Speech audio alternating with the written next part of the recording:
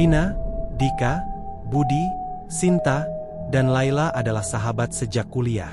Setelah beberapa tahun bekerja di tempat yang berbeda, mereka memutuskan untuk mengadakan reuni kecil dengan berlibur bersama ke Bandung. Dika menemukan sebuah villa yang tampak menawan di situs penyewaan online, dan tanpa banyak berpikir, mereka memesan tempat itu untuk liburan akhir pekan mereka. Perjalanan ke Bandung diisi dengan tawa dan cerita lama. Mereka sangat antusias, membayangkan suasana sejuk pegunungan, makanan enak, dan kebersamaan yang menyenangkan. Namun, sesampainya di villa, perasaan mereka mulai berubah. Villa itu terletak di tempat yang cukup terpencil, jauh dari keramaian kota. Bangunannya tampak tua dan tidak terawat. Meskipun begitu, mereka tetap berusaha berpikir positif, menganggap ini sebagai petualangan baru. Mereka disambut oleh penjaga villa, Pak Wira, seorang pria tua dengan wajah yang penuh kerutan. "Selamat datang," kata Pak Wira dengan suara serak. "Semoga kalian betah di sini." Saat mereka memasuki villa, hawa dingin langsung menyambut. Suasana di dalamnya terasa suram, dengan pencahayaan yang minim dan furnitur yang sudah usang. Namun, Rina dan teman-temannya mencoba untuk tidak mempermasalahkan itu. Malam pertama di villa, mereka menghabiskan waktu dengan memasak bersama, bermain kartu, dan berbagi cerita. Namun, semakin larut malam, suasana semakin aneh. Budi merasa ada yang memperhatikannya dari sudut ruangan. Sesekali, ia melihat bayangan bergerak cepat, tetapi setiap kali ia menoleh, tidak ada apa-apa. "Laila, kamu lihat itu enggak?" tanya Budi dengan suara bergetar. Laila menjawab dengan bingung. "Bayangan di pojok sana," kata Budi sambil menunjuk. Laila menoleh, tetapi tidak melihat apa-apa. "Mungkin kamu terlalu capek, Bud," katanya mencoba menenangkan.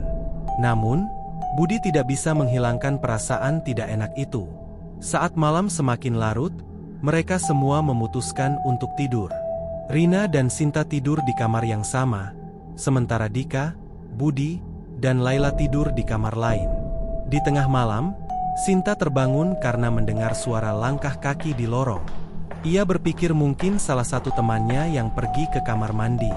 Namun, saat ia mendengarkan lebih seksama, suara itu terdengar aneh, seolah-olah ada sesuatu yang besar dan berat berjalan.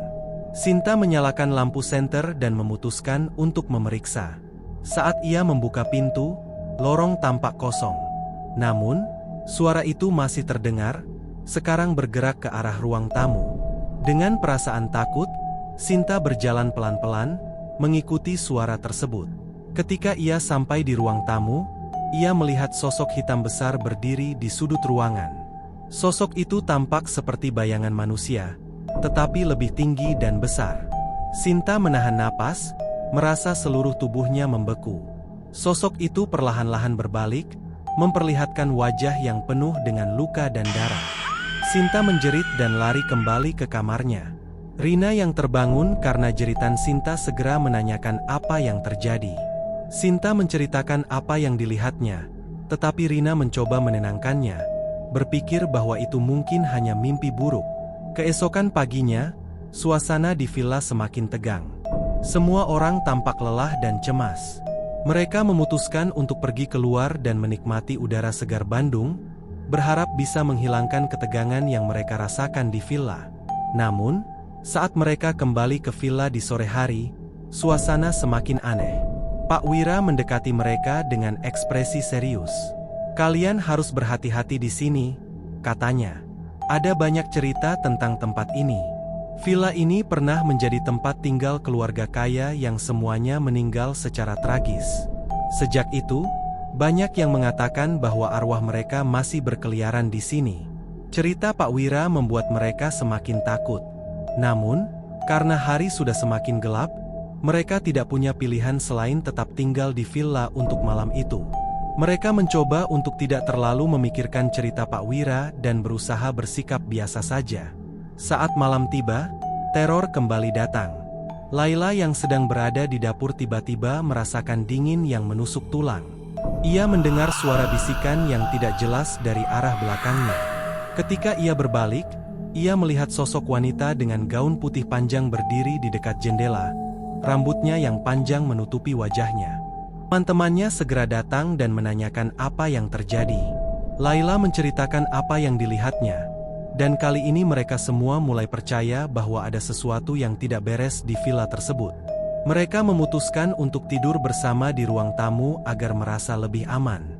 Namun, teror tidak berhenti. Di tengah malam, Dika terbangun karena merasa ada yang menarik-narik selimutnya. Ia membuka matanya dan melihat sosok anak kecil berdiri di sampingnya. Matanya merah menyala dan wajahnya pucat. Dika berteriak dan membangunkan yang lainnya. Mereka semua kini merasa ketakutan dan tidak tahu harus berbuat apa. Mereka memutuskan untuk mengunci semua pintu dan jendela, berharap bisa menghalangi makhluk-makhluk itu masuk. Pagi berikutnya, mereka semua sepakat untuk meninggalkan villa secepat mungkin. Namun, saat mereka mencoba keluar, mereka menyadari bahwa kunci mobil mereka hilang. Mereka mencari ke seluruh penjuru villa, tetapi kunci itu tidak ditemukan. Dengan rasa putus asa, mereka kembali menemui Pak Wira dan memintanya untuk membantu. Pak Wira tampak khawatir dan berkata, "Kalian harus melakukan sesuatu untuk menenangkan arwah-arwah itu. Mereka tidak akan membiarkan kalian pergi begitu saja." Pak Wira memberikan mereka beberapa benda suci dan menyarankan agar mereka melakukan doa bersama untuk meminta perlindungan. Meskipun merasa takut dan ragu, mereka setuju untuk mencoba. Malam itu, mereka berkumpul di ruang tamu dan mulai berdoa bersama. Suasana sangat tegang, dan mereka semua merasakan kehadiran yang tidak terlihat di sekeliling mereka. Tiba-tiba, lampu padam dan ruangan menjadi gelap gulita. Mereka mendengar suara-suara aneh, tawa menyeramkan, dan bisikan yang semakin keras. Mereka terus berdoa dengan penuh ketakutan. Cahaya dari benda suci yang diberikan Pak Wira mulai bersinar, menerangi ruangan dengan cahaya lembut.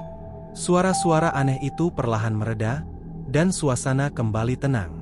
Setelah beberapa saat, lampu kembali menyala dan mereka melihat Pak Wira berdiri di pintu dengan ekspresi lega. "Kalian telah melakukannya dengan baik," katanya. "Kalian bisa pergi sekarang."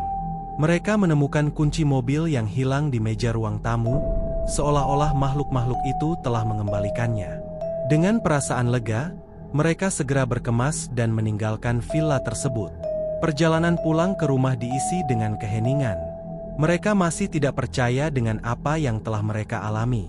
Namun, mereka merasa bersyukur bisa keluar dari tempat itu dengan selamat. Setibanya di rumah, mereka berjanji untuk tidak pernah kembali ke villa tersebut.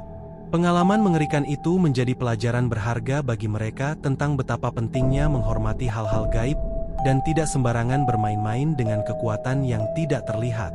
Cerita mereka menjadi legenda di antara teman-teman mereka, mengingatkan semua orang tentang bahayanya menginap di tempat-tempat yang dikenal angker.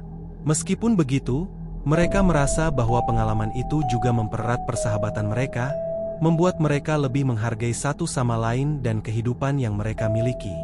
Malam-malam setelah kejadian itu, mereka masih kadang-kadang bermimpi buruk tentang villa angker di Bandung. Namun, mereka selalu mengingatkan diri sendiri untuk tidak takut, karena mereka telah melalui pengalaman yang paling menakutkan dan keluar dengan selamat. Hidup terus berjalan, dan kenangan tentang villa angker itu perlahan-lahan memudar. Namun, bagi Rina, Dika, Budi, Sinta, dan Laila, pengalaman itu akan selalu menjadi bagian dari cerita hidup mereka, cerita yang akan mereka kenang selamanya sebagai petualangan yang mengubah hidup mereka.